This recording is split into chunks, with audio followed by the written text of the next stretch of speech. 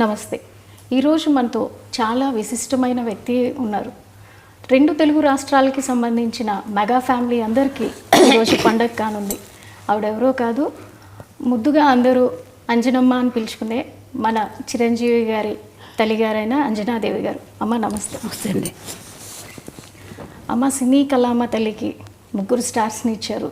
అదేవిధంగా 6 మళ్ళీ యువతరాన్ని ఇచ్చారు. సో ఇప్పుడు మనం పవన్ కళ్యాణ్ గారు డిప్యూటీ సీఎంగా బాధ్యతలు తీసుకొని 100 రోజులు గడుస్తూ ఉంది. సో దీని మీద మీ మనోభావాలు చెప్పండి. ఎలా ఫీల్ అవుతున్నారు? ఎంత కష్టపడ్డాడు అంత వాడికి సుఖం వచ్చింది పాపం. ఇప్పుడు అంత కష్టపడాలి కదా, ఇంకా ఎక్కువ కష్టపడాలి. ఇదివరకు అంతా కష్టపడ్డాడు, ఇప్పుడు ఇంకా ఎక్కువ బాధ్యత తీసుకొని బాధ్యత ఎక్కువైంది ఇప్పుడు వాడికి.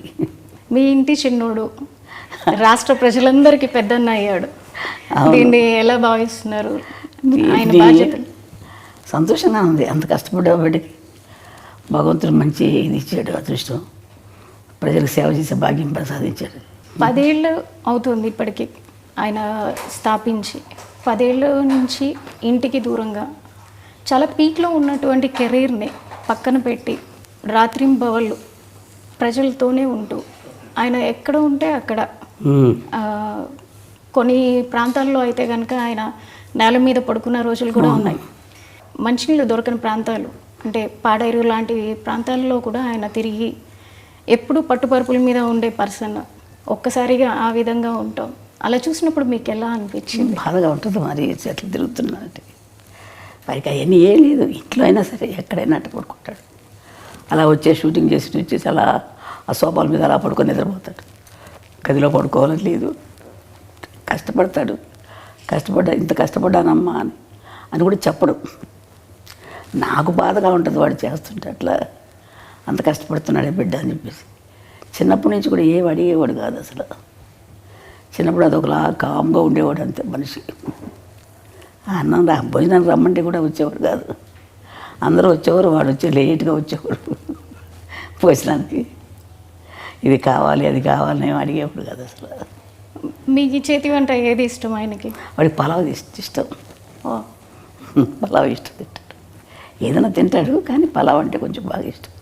మీతో ఉన్నప్పుడు ఆయన ఎక్కువగా పలావ్ తీసుకుంటారు అంటే వెజ్జా నాన్ వెజ్జా? అది కూడా నాన్ వెజ్. నాన్ వెజ్ అడగడు. ఇది కావాలి అది కావాలని అడగడు నన్ను. ఏది నాకు మనసు ఒప్పగా చేసి పెడతాను. పెట్టాలి కదా వాడికి పాపం, ఏది అడగడని చెప్పేసి. సో చిన్నప్పటి నుంచి నాకు ఇది కావాలని ఏది అడిగారు? అస్సలు అడిగేవాడు కాదు. నేను ఏదో ఒక ఇంటర్వ్యూలో విన్నట్టు గుర్తు నాకు. చిన్నప్పుడు ఏదో టీవీఎస్ అడిగాను, కొనిపెట్టలేదు, అందుకే ఇప్పుడు కంటిన్యూస్గా నేను బైకులు కొంటున్నాను అని. నిజమేనా? నాకు జ్ఞాపకం లేదు అసలు. ఈ మధ్యకాలంలో చూసుకుంటే ఎక్కువగా నరసింహస్వామి క్షేత్ర దర్శనలు, వారాహి దీక్షలు, అంటే అందరూ బాగుండాలని. అలాగే మొన్న వెంకటేశ్వర స్వామి క్షేత్రంలో జరిగిన లడ్డు వ్యవహారంలో కూడా దానికి ప్రక్షాళనగా ఆయనే ముందుగా ఒక దీక్షని శ్రీకారం చుట్టారు. ఈరోజు 11 రోజులు దీక్ష చేస్తున్నారు. సో దీనిపై మీరు ఏమంటారు? సంతోషంగా చేయటం మంచిదే కదమ్మా. అంత అదృష్టం కదా ఆయన. వెంకటేశ్వర స్వామి దీక్ష తీసుకున్నాడంటే వాడికి ఎప్పుడైనా ఇట్లా దీక్షలు తీసుకోవడం అలవాటు అయిపోయింది. చిన్నప్పటి నుంచి కూడా అయ్యప్ప స్వామి మాల వేసుకుంటాడు. నాకు నేను వెళ్దామంటే ఒకసారి నేను వెళ్ళాలి నాన్న అని చెప్పంటే నా కోసం అయ్యప్ప స్వామి మాల వేసుకున్నాడు. దర్శనం చేసుకొని వచ్చాము. వాడికి ఎప్పుడు చేసుకోవాలన్నా ఇష్టం పాప మా పైకి. సో చిన్నప్పటి నుంచి ఆయనకి దైవభక్తి. అలాగని దేవుడి దగ్గర ఊరికి దండాలు పెట్టేసి పూజలు ఏం చేసేవాడు కాదు. వాళ్ళ నాన్నగారు పూజ చేసినా కానీ ఏదో కాస్త ప్రసాదం తీసుకునేవాడు తప్ప వాడందరికీ వాడు ఎక్కువ పూజలు చేసేవాడు కాదు. ఇప్పుడు కొంచెం పెద్ద అయ్యాక తను పూజ చేసుకుంటున్నాడు. యోగ నరసింహస్వామి గుడి అని విన్నాము. పవన్ గారి అన్నప్రసన్న కూడా అక్కడే జరిగింది. దానికి సంబంధించి వివరాలు చెప్తారా? మేము తిరుపతి దర్శనానికి వెళ్ళాం. నేను మా వారు మిగతా పిల్లలందరూ తీసుకొని వెళ్ళాను. వెళ్తే అప్పుడు 6 నెలలు కరెక్ట్గా జరిగింది. ఆ రోజుకి వచ్చింది. 6 నెలలు వచ్చింది కదా, ఇక్కడే అన్నప్రాసన చేసేద్దాం అనిపించింది నాకు మనసులో.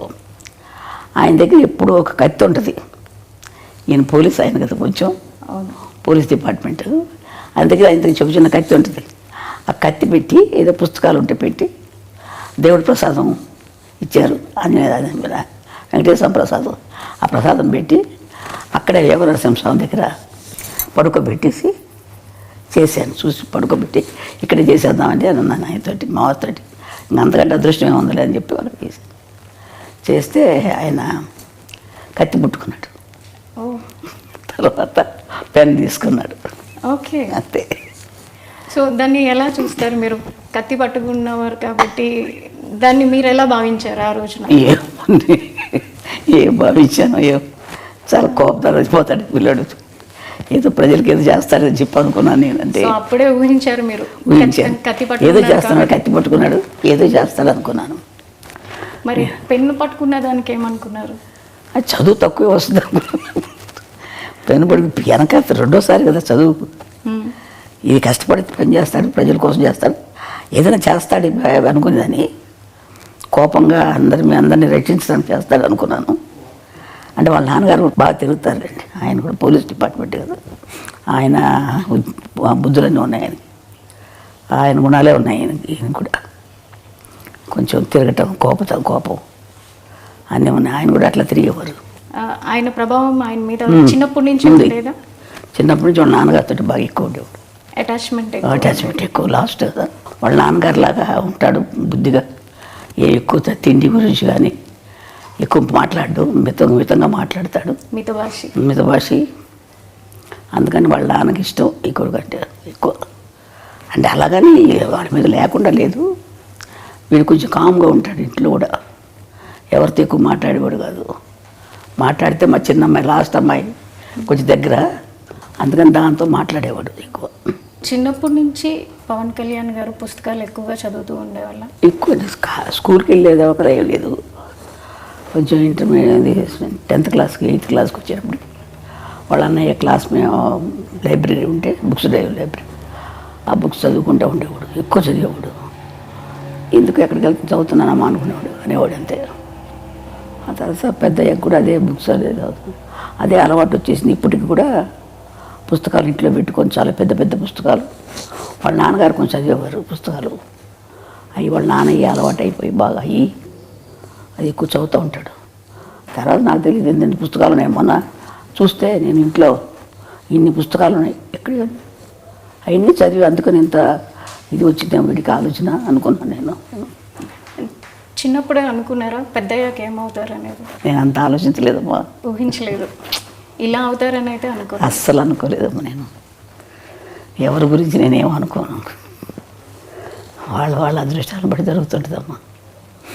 ఇంట్లో ఎక్కువ ఎవరితో అటాచ్మెంట్ ఉంటుంది? చిరంజీవి గారితో. ఆయన చిన్నప్పుడు వాళ్ళ అన్నయ్య బాగా దగ్గర తీసేవాడు, చిన్నపిల్లడప్పుడు ఎక్కువ. ఈ చిన్నవాడు కదా, ఆయన ఎత్తుకొని ఫోటోలు తీసుకోవడం, వాళ్ళ అన్నయ్య తమ్ముడిని చాలా జాగ్రత్త బాగా చూసుకునేవాడు తమ్ముడు అంటే. పెద్ద ఆయన అట్లాగే పెద్ద అయినా కానీ వాళ్ళ అన్నయ్య వదిన ఇప్పటికీ వాళ్ళ అన్నయ్య వదినతో అంటే మేము నెల్లూరులో ఉండేవాళ్ళం, మా వారికి జాబ్ అక్కడ. ఇంకా అందుకని మాకు ట్రాన్స్ఫర్లు అయ్యాయి. అందుకని పిల్లలు చదువులు సరిగ్గా ఉండవని చెప్పేసి నేను తీసుకెళ్ళిపోతానమ్మా అన్నాడు మా పెద్ద అబ్బాయి. కళ్యాణ్ బాబుని తీసుకెళ్తాను, అక్కడ చదివిస్తానని. అందుకని పంపించాను మెడ్రాస్కి. కళ్యాణ్ గారికి మీరు అన్నప్రసన్నప్పుడే పేరు పెట్టి ఉంటారు కదా, చిన్నప్పుడు పెట్టిన పేరు పవన్ కళ్యాణ్ అయినా? లేదు, కళ్యాణ్ కుమార్ అని పెట్టాం, శ్రీ కళ్యాణ్ కుమార్ అని పెట్టాం. ఆ తర్వాత పవన్ అని ఎవరో పెట్టారంట, నాకు తెలియదు అది. ఇప్పుడు అన్నప్రసన్న చేసినప్పుడు మీరు ఖచ్చితంగా ఏదో సాధిస్తాడు అని అనుకున్నారు కదా. 10 ఏళ్ళు అవుతుంది పార్టీని స్థాపించి. దానికన్నా ముందు ప్రజారాజ్యంలో అన్నగారితో ఉంటూనే అక్కడ యూత్ వింగ్ చూస్తూ అప్పుడు ప్రజల్లోనే మమేకమై ఉన్నారు. అప్పటికే ఆయన సినిమాల్లో ఒక చేస్తున్నారు, కొంచెం ఎదుగుతూ ఉన్నారు. అంటే మళ్ళీ పార్టీల వైపు మొగ్గుతున్నప్పుడు మీరు ఎలా భావించారు? నాకు ఎందుకు ఈ పార్టీలు మనకి సినిమాల్లో చేసుకుంటే బాగుంటుంది కదా అనిపించింది నాకు. అనిపించిన తర్వాత వాడి ఇష్టం, మనం ఏం చెప్పగలం. అవి చేస్తానమ్మా, ఇది చేస్తానని. సో మీరు వాదించారా అప్పట్లో? వాదించలేదు, నేను ఎక్కువ వాదించను అసలు. వాడి ఇష్టం, వాళ్ళు పెద్దవాళ్ళు అయిపోయారు, వాళ్ళ ఆలోచనలు వాళ్ళకు ఉంటాయి కదా. మనకు పెద్ద నాలెడ్జ్ ఏముంటుంది, వాళ్ళకున్నంత ఉండదు కదా మనకి, మాకు అని చెప్పి నేనేం ఎక్కువ వాదించేదాన్ని కదా. అడిగేదాన్ని, నాన్న సినిమాలు చేసుకోకూడదా, ఎందుకు ఇది మనకి ఇదంటే, ఏ లేదమ్మా అది ఇది అన్నీ చేసుకుంటాను. సో కొన్ని ఇంటర్వ్యూల్లో చిరంజీవి గారు కూడా ఒకానొక టైంలో ఏమైపోతాడో, కళ్యాణ్ గారు ఎక్కువగా పుస్తకాలు చదవడం, ఎక్కడైనా ఏదైనా చిన్న అన్యాయం జరిగినా దాని వైపు ఆయన మొగ్గు చూపడం, ముందు దూకుతాడు దాన్ని. అది చూసిన తర్వాత నేను ఒకానొక టైంలో ఎక్కడ ఒక రెబల్ అయిపోతారో అని భయపడిన రోజులు కూడా ఉన్నాయి అన్నారు. సో మీరు కూడా అట్లా ఏమన్నా? నేను లేనప్పుడు దగ్గర లేను, మేము నెల్లూరులో ఉండేవాళ్ళు, మాకు తెలియదు, అది వాళ్ళ అన్నయ్య తెలుసు. సో ఇప్పుడు ఎట్లా చూస్తున్నారు అంటే ఈ 10 years ఫ్యామిలీని వదిలేసి ఆయన ఉండి కష్టపడి ఇప్పుడు డిప్యూటీ సీఎంగా ఉండి వచ్చిన వెంటనే ఆయన మార్క్ ఎక్కడైనా చూపిస్తారు. మొన్న వరదల్లో చూసుకుంటే కనుక వచ్చిన రోజే ఆయన వచ్చిన వెంటనే ఇమ్మీడియట్ యాక్షన్ చూపించారు. వచ్చాను, తను పని చేసుకున్నారు. అట్లాగే ఎన్నైతే మనకి పంచాయతీలు ఉన్నాయో ప్రతి పంచాయతీకి డబ్బు అందాలన్న ఉద్దేశంతో ఆయన పంచాయతీలకి డైరెక్ట్గా అమౌంట్ని డొనేట్ చేయడం జరిగింది. సో ఆయన మార్క్ ప్రతి చోట కనిపిస్తుంది పొలిటికల్గా. ఇంతకుముందు మీరు చాలామంది రాజకీయ వ్యక్తులను చూసుంటారు, ఇప్పుడు ఆయన చేస్తున్న విధానాన్ని చూస్తున్నారు, అది మీకు ఎట్లా అనిపిస్తుంది? మా అబ్బాయి మంచి పని చేస్తున్నాడు అనిపించింది నాకు. వాడు ప్రజలు సేవ చేస్తున్నాడు, చాలా సంతోషం. ప్రజలకు సేవ చేయాలి కదమ్మా, మనకున్నది మనం తింటాం కాదు కదా, నలుగురు పెడితేనే కదా మంచిది, సహాయం చేస్తేనే కదా. ఎంతసేపు ఇంకా మనం ఉంది కదా అని మనమే తినేస్తూ ఉంటే వాళ్ళకి సహాయం లేకుండా ఎంతమంది అల్లాడుతున్నారు జనాలు పాపం. మన పాటికి మన జరిగినప్పుడు ఎంత బాధ కలిగిందో నాకు అసలు అయితే. అది కానీ తర్వాత ఇంకొక ఊరు కేరళలో ఇక్కడ ముందు కేరళలో మైనాడులో అక్కడ తిరిగినా కానీ ఎంత బాధ కలిగింది, ఎంత అల్లాడిపోయారు బిడ్డలు, చంటి బిడ్డలు, వాళ్ళు వీళ్ళు ఎంత బాధలు పడిపోయి ఉంటారు. అదే నేను ఊహించుకుంటే నాకు ఎంత బాధగా ఉంటుందో అనిపిస్తున్నాను. చూస్తుంటాను టీవీలో వార్తలు, చాలా బాధ కలుగుతాము. అలాంటి వాళ్ళకి సేవ చేయాలి, తప్పదు. ఏదో మనకు శక్తి కొద్ది మనం చేస్తే మంచిదే కదా, వాళ్ళకి సహాయం చేస్తే. సెలబ్రిటీగా మీరు అనుకున్నట్టుగా సినిమాలే చేసుకుంటూ ఉంటే ఆయన డొనేట్ చేసి వదిలేయటం జరిగేది. కానీ క్షేత్రస్థాయిలో ఆయనే ఉండి పొలిటీషియన్ అయ్యాక క్షేత్రస్థాయిలో ప్రతి ఒక్కరికి దగ్గరుండి ఆయనే ప్రతిదీ అందేలా చూసుకుంటున్నారు. సో ఈ విధానాన్ని మీరు ఎలా చూస్తారు? మంచి విధానం కదా మాది, వాడికి చేసేది మంచి విధానమే. అందరికీ కూడా సర్దుకుంటాం, అందరికి సహాయం చేయటం అనేది అంత కలిసి అంత బుద్ధి పుట్టాలి కదా చేయటానికి, అంత ఆలోచన రావాలి కదా. మంచిదే కదా మాకు చేసే బుద్ధి ఉంది. వాళ్ళ నాన్నగారికి కూడా ఉంది కొంచెం బుద్ధి, సేవ చేసే బుద్ధి. కళ్యాణ్ గారి ప్రస్థానం చూసుకుంటే అటు కెరీర్ వైజ్ కానీ ఇటు పొలిటికల్గా కానీ ఆయన మీద వాళ్ళ తండ్రి గారి ప్రభావం ఎక్కువ ఉందనుకుంటున్నారా, లేదా ఇంకెవరైనా ప్రేరేపణ ఉంది అనేది? ఇంకేం లేదు, వాళ్ళ నాన్నగారి ప్రభావం ఎక్కువ ఉంది. ఆయన ఇట్లాగే దాన ధర్మాలు చేసి సహాయం చేసేవారు, అందరికీ చేసేవారు. అదే బుద్ధి ఈయనకి కూడా వచ్చింది కొంచెం. అంటే అందరికి ముగ్గురికి ఉంది కొంచెం. ఈయన ఎక్కువ రాజకీయాలు ఉండబట్టి ఎక్కువగా కలిగేసుకుంటారు. సినిమా ఫీల్డ్లో ఉండగా కూడా అందరికీ సహాయం చేసేవారు, సినిమాలు యాక్ట్ చేసేటప్పుడు కూడా. ఇప్పుడు మీరు డిప్యూటీ సీఎంగా మీ అబ్బాయిని చూస్తున్నారు, తర్వాత నెక్స్ట్ ఇంకేమన్నా ఎదగాలని అనుకుంటున్నారా? ఏ స్థాయిలో మీ అబ్బాయిని చూడాలనుకుంటున్నారు? నేను అంత ఆశ లేదమ్మా నాకు, నేను అంత ఆశపడలేదు, అంత ఆలోచించలేదు. దేవుడు ఎలా చేస్తారో జరుగుతుంది అంతే. అంటే నేషనల్ వైడ్గా కూడా ఆయన మార్క్ పొలిటీషియన్గా మిగతా పొలిటీషియన్తో కంపేర్ చేసుకుంటే కనుక కళ్యాణ్ బాబు గారు వెళ్తున్న విధానం కావచ్చు, అటు డివోషనల్గా కావచ్చు, బీజేపీతో అలయన్స్ అవటం వల్ల కావచ్చు, ప్రతి ఒక్కరిలోనూ ఒక చైతన్యం వస్తుంది. సో ఆయన నేషనల్ లీడర్గా ఎదగాలని మీరు కూడా అందరితో పాటు ఆశిస్తున్నారు అనుకుంటా. వాడు ఇప్పుడు అనుకోలేదు కదా ఇలా ఇప్పుడు సీఎం అవుతాడు, అదే అలా జరుగుతుంది, ఆటోమేటిక్గా అవి జరుగుతాయి అట్లా. అంతే కదా, మనం ఆలోచించేది కొద్దిగా జరగవు కదా. దేవుడు ఎట్లా చేసుకుంటారు, భగవంతుడు ఎట్లా చేస్తాడు అట్లా చెప్తాడు. పవన్ కళ్యాణ్ గారు వారి తండ్రి గారైన వెంకట్రావు గారి నుంచి చాలా వరకు ఆయన బుద్ధులే క్యారీ ఫార్వర్డ్ అయినాయి అని మీరు చెప్పారు. అదేవిధంగా ఆయన వెళ్ళే పద్ధతిలోనే కళ్యాణ్ గారు కూడా ఎక్కువగా వెళ్తూ ఉంటారు. కళ్యాణ్ గారికి చిన్నప్పుడు వారి తండ్రితో ఏ విధమైనటువంటి బాండింగ్ ఉండేది? ఎక్కువ ఆయనతోటి బాగానే ఉండేవాడు. చిన్నప్పుడు కొంచెం పట్టుదల ఎక్కువ అయింది పిల్లడికి. ఏదైనా సరే నాకు ఇది కావాలంటే కావాలంతే, చెయ్యాలనుకుంటే చేస్తాడు.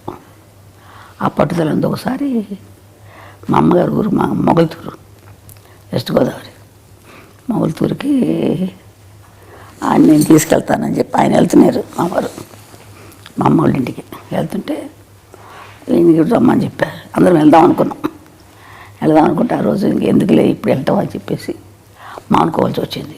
ఏదో కొంచెం కారణాల వల్ల మానుకున్నా అంటే, కాదు నాన్న వెళ్ళాల్సిందని చెప్పి పట్టుబట్టాడు. చెప్తుంటే వినేవాడు కాదు, మొండికి ఎత్తేసేవాడు. వెళ్ళాలి తప్పదు నాన్న తీసుకెళ్తాను. వద్దురా నాన్న తర్వాత వెళ్దాం మనం అంటే ఇన్నే వచ్చి అమ్మ కొట్టారు. కొట్టిన తర్వాత అప్పుడు మానేశాడు. పట్టుదల ఎక్కువ చిన్నప్పటి నుంచి కూడా. ఇది చేయాలంటే చేసేసేవాడు అంతే. మరి మా ఫోన్లే ఎందుకులే అని ఊరుకోడు. ఇప్పుడు అదే పట్టుదల వచ్చింది అడిగి, ఏదైనా చేయాలని కూడా చేస్తాడు. అదే పట్టుదల ఇప్పుడు ఈ స్థాయికి రావడానికి కారణమవుతుందని మేము కూడా అంతే నమ్ముతున్నాం. ఇప్పుడు చంద్రబాబు నాయుడు గారు జైల్లో ఉన్నప్పుడు కూడా ఆయన ఫ్లైట్లో రానినప్పుడు బై రోడ్ వచ్చారు. బై రోడ్ ఆపినప్పుడు కూడా ఆయన అక్కడే రోడ్డు మీద పడుకున్నప్పుడు చాలా బాధ కలిగిందమ్మా. ఎందుకు ఈ బాధలేదు మనకు అనిపించేసింది. రోడ్డు మీద పడుకున్నాడు కదా, అబ్బా చాలా బాధ కలిగింది నాకు. ఎందుకు ఈ బాధలు, రోడ్డు మీద అలా పడుకోవాలా అని అనిపించేది. రాదు కార్లలో ఇచ్చేవాడు కాదు, నడిచిలేవాడు. అవును, కానీ సక్సెస్ చూసాక ఎట్లా అనిపించింది? ఆనందం, సంతోషంగా ఉంటుంది. అవన్నీ వాడి కష్టానికి తగ్గ ఫలితం జరిగింది. భగవంతుడు మంచి ఫలితం ఇచ్చాడు అని చెప్పి అనుకుంటాడు. వాడు కష్టపడ్డాడు, మంచి జీవితం ఇచ్చారు. వాడు ఇప్పుడు ఇంకా ఎక్కువ కష్టం ఇచ్చాడు. అప్పుడు కంటే ఎక్కువ కష్టం ఎక్కువ బాధ్యతే కదా. మీరు ఇంకా పవన్ కళ్యాణ్ గారు ఉన్నత శిఖరాలకి వెళ్ళాలని కోరుకుంటున్నారు కదా. ఎవరికైనా ఏ తల్లిదైనా మంచి వృద్ధిలోకి రావాలని ఉంటుంది కదమ్మా. ఏ తల్లిదండ్రులైనా కోరుకుంటారు కదా బిడ్డలు మంచి వృద్ధిలోకి రావాలి. అదేవిధంగా నాకు కూడా ఉంది, బిడ్డలు మంచి వృద్ధిలోకి రావాలి, బాగుండాలని.